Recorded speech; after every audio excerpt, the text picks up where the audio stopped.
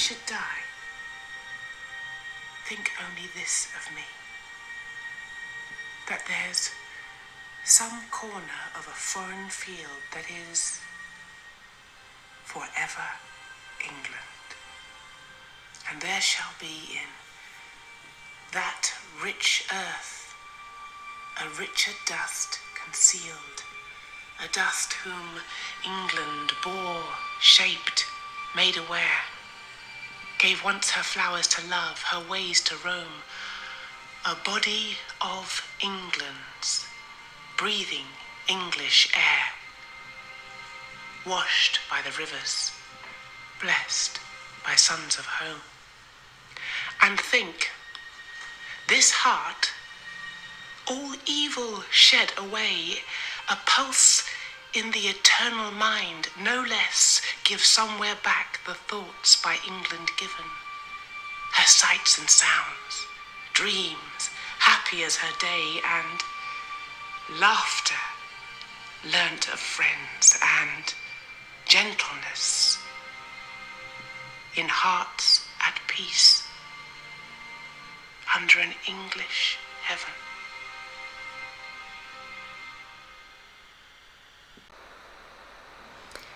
In this video, we're going to take a look at the poem The Soldier by Rupert Brooke.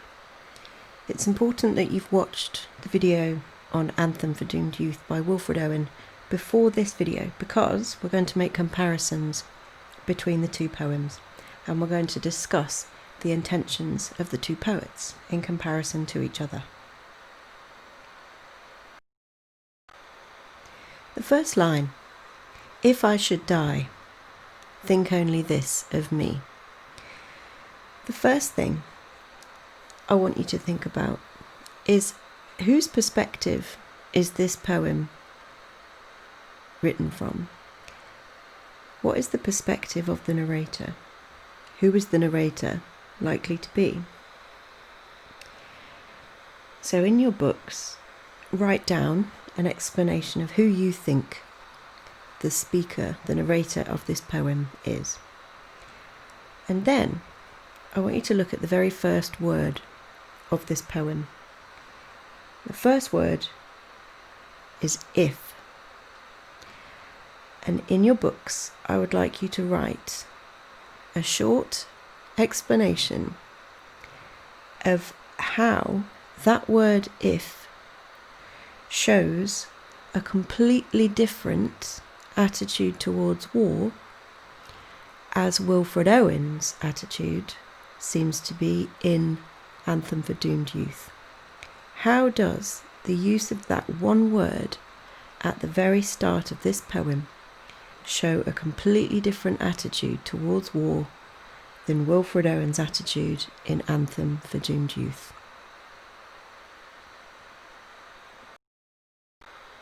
So, the second line, we've begun with, "If I should die, think only this of me." That there's some corner of a foreign field that is forever England. So, if I die at war, think this, there's some corner of a foreign field that is forever England. I'd like to do two things with this line. First of all, what mood do you think this speaker is trying to instill in the listener or the reader?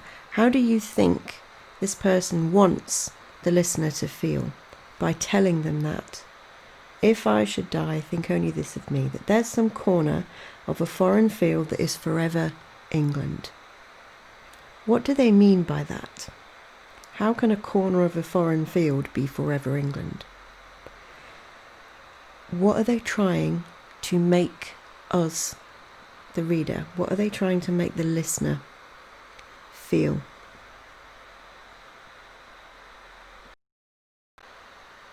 There shall be in that rich earth a richer dust concealed.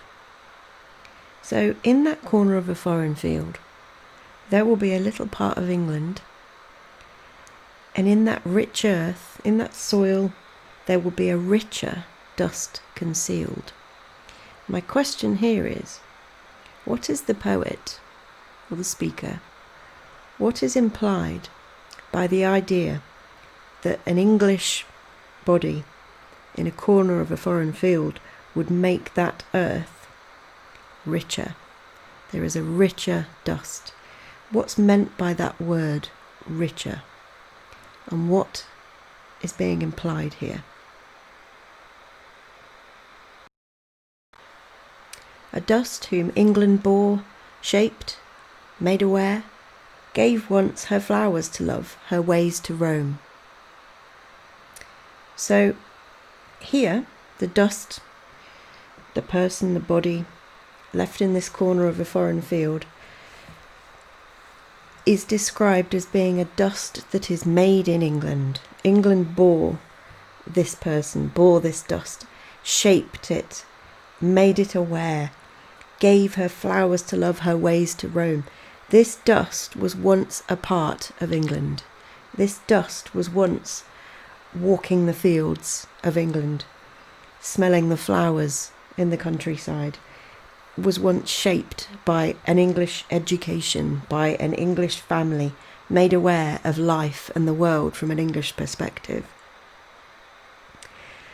Think about how this adds on to the picture you've already started to build about what is being implied about this foreign field as a result of this dust now being present in that field. The question I want you to answer for these lines is, look at the way that England is described. How does this poet describe England? What technique is used here?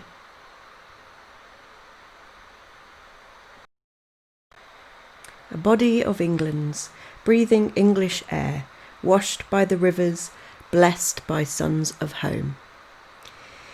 For these two lines, I want you to look at the language step by step, and first of all, focus in on these words: body, breathing, air. So body, breathing, air, and washed, blessed, sons, and home. Those 7 words, body, breathing, air, washed, blessed, sons, and home. I would like you to annotate these 2 lines with notes on those words specifically. So write these 2 lines out in your book and annotate those words with associations, with connotations, synonyms, words that mean the same kind of thing. And then when you've done that, think about what kind of mood is created by these words. What kind of emotions do we feel about these soldiers if we think of them as being bodies, breathing, air, washed, blessed, association with sons and home? What kind of mood is created here by this poet? And then, when you've done that, when you've annotated the language, when you've thought about what mood is created, I want you to answer the following question. How does the mood created here contrast with the mood created by Owen in Anthem for Doomed Youth? How does the mood contrast? And in your answer, I want you to write a paragraph to explain this. In your answer, when you're telling me about how the mood contrasts with that of the mood in Anthem for Doomed Youth, explain how the language creates that contrast, and try and draw in language from Anthem to illustrate that contrast. What kind of language does Owen use to create the mood, and how does that mood contrast with this?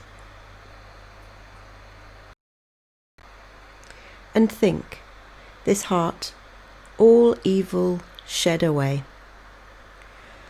If you shed something, you lose it. And the implication is that it's something that you'd either grown out of, something that you don't need anymore, something that is a form of loss, but it's gentle.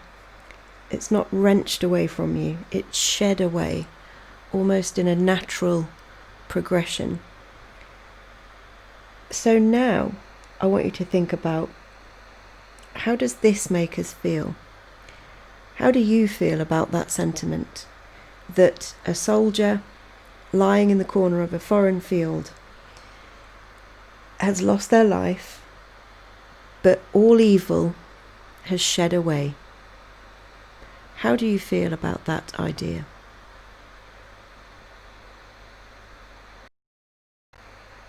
A pulse in the eternal mind, no less, gives somewhere back the thoughts by England given.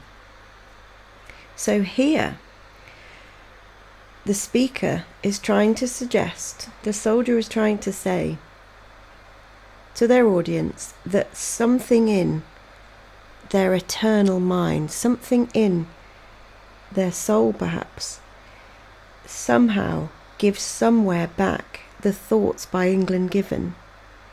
So it's almost as if in this corner of a field there will be a pulse, there will be something still living, something still emitting these thoughts back into the air, back into the atmosphere, and almost sending them back home again, emanating from the ground. What do you think this poet, what do you think Rupert Brooke is trying to suggest to the people reading this poem?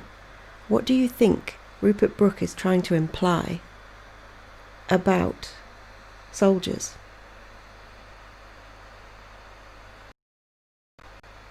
Her sights and sounds, dreams happy as her day, and laughter learnt of friends and gentleness, in hearts at peace under an English heaven.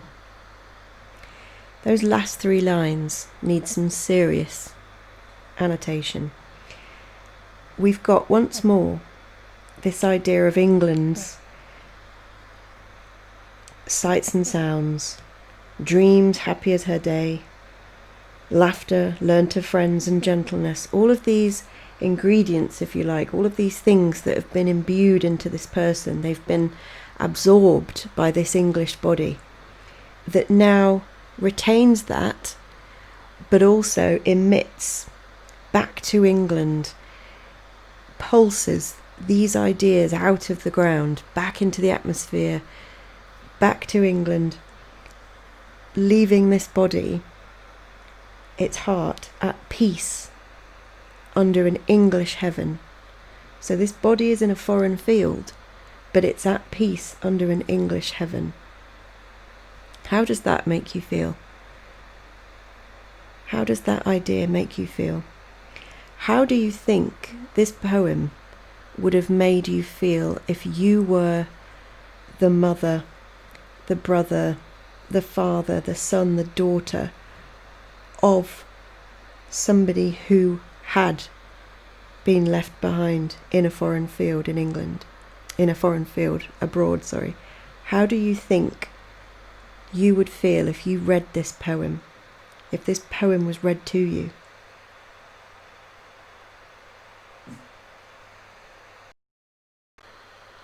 We're going to answer the question now in essay form. How do Brooke and Owen differ in their presentation of the impact of war? So how do Brooke and Owen differ in their presentation of the impact of war? I'm going to ask a series of questions that I would like you to write a paragraph response to, and when we get to the last question, you will find that you have written a pretty decent essay. So your first question that I would like you to answer, and this will be your first paragraph in your essay response: what do you think Rupert Brooke's intention was in writing this poem? What do you think Brooke's intention was in writing this poem, The Soldier? And in your answer, you might consider, who do you think he was writing this poem for? Why was he writing it? Why did he think this needed to be said? Have a look at when he wrote this poem too, because that might help your response. And then finally, you might wish to consider where we are in this poem. Where is this poem set, if you like? Where are we, as opposed to, potentially, where we are in Owen's poem. So that question, what do you think Brooke's intention was in writing this poem, needs to form the basis of your first paragraph. Aim for around half a page to answer this question. So in your second paragraph, I would like you to focus on answering this question. How does this compare to Owen's intention in writing Anthem for Doomed Youth? So the previous paragraph was about Brooke's intention. How does Brooke's intention compare to Owen's in his writing of Anthem for Doomed Youth? So this time you need to think about the same questions but apply them to Owen's poem. Who do you think Owen wrote Anthem for Doomed Youth for? Who do you think that poem was aimed at? Why do you think he wrote that poem? Have a look at when he wrote it, because that might well help you understand his intention in comparison to Brooke. And again, look at where Anthem for Doomed Youth is set. Where is this poem taking place? So again, aim for about half a page. This next section is going to be the bulk of your essay, because in this section you're going to answer the question, how does the use of language compare between these two poems? So this is where you need to really think about the words on the page. First of all, you can consider what kind of words are used by each poet. Is it possible to group their language into certain categories? Can you describe the language used by Owen using particular words? How do the words that you would use to describe his language compare to the words that you would use to describe Brooke's language? What kind of language is used? To add to that, you might consider what kind of emotions are propagated by each poet and by their language. By propagated, we mean bred, if you like. So if you think of propaganda, propaganda breeds a certain response. It prompts a certain reaction. And emotions can be propagated. They can be prompted or bred in your mind by the use of certain words. And often with Owen in particular, and with Brooke in this case, the type of words used will build that emotion. There will be layer upon layer upon layer of words of the same kind of lexical field or semantic field, and they will build that emotion. So what kind of words are used? What kind of emotions are propagated by those words?